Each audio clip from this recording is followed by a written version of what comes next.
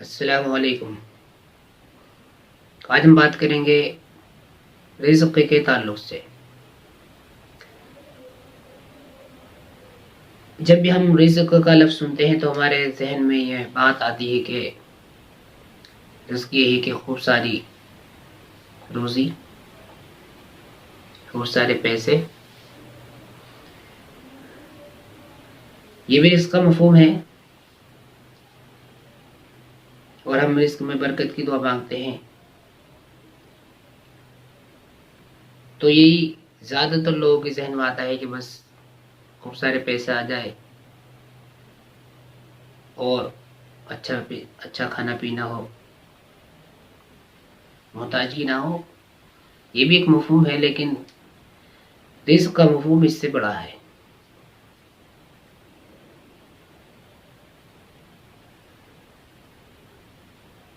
دوست اچھے ہیں، یہ بھی رزق ہے، رزق میں برکت ہے۔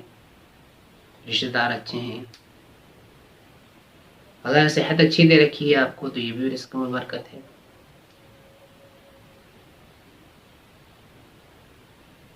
عبادتوں کو دل چاہتا ہے، ذکر و اذکار کو دل چاہتا ہے، ذکر و اذکار کرتے ہیں، یہ بھی رزق میں برکت ہے۔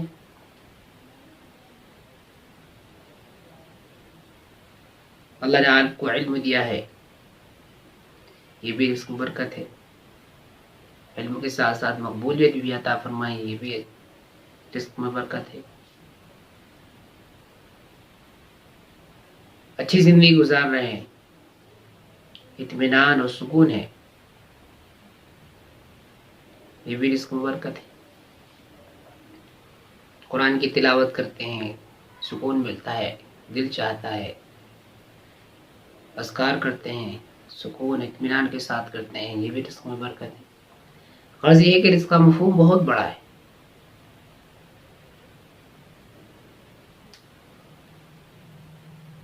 اور اس میں برکت کن چیزوں سے ہوتی ہے؟ بہت ساری چیزیں، ان میں سے یہ بھی ہے کہ باوضو رہنا چاہیے، باوضو رہنے سے بھی رزق میں برکت ہوتی ہے۔ استغفار کی کثرت سے بھی رزق میں برکت ہوتی ہے۔ انسان استغفار میں کثرت کرے گا تو اللہ تعالی کی طرف سے رزق میں برکت ہوگی۔ غرض یہی ہے کہنے کا مقصد کہ رزق کا مفہوم چھوٹا سا نہیں، بلکہ رزق کا مفہوم بہت وسیع ہے۔ تو ہمیں تب بھی رزق میں برکت کی دعا مانگنی چاہیے، تو بڑا مفہوم بھی ذہن میں رکھنا چاہیے۔ بعض دفعہ انسان سوچتا ہے کہ صرف کھانا پینا ہے، کہ جو دل اس کا چاہ رہا وہ اس کو کھانے کو نہیں مل رہا۔ اس نے دعا بھی کری کہ رزق میں برکت نہیں ہے، بلکہ اللہ نے اچھی صحت رکھی ہے، محتاجگی نہیں ہے، تو یہ رزق میں برکت ہو رہی ہے۔ پیسہ خوب سارا آیا لیکن نئی بیماریاں لگ گئی، وہ اس میں خرچ ہو گیا، صرف ہو گیا، تو پھر رزق میں برکت کہاں رہی؟ رزق میں برکت یہ کیا ہے؟ اگر تھوڑا ہے کمایا ہے لیکن سکون ہے، اطمینان ہے، صحت ہے، اللہ کا شکر الحمدللہ، یہ رزق میں برکت ہے۔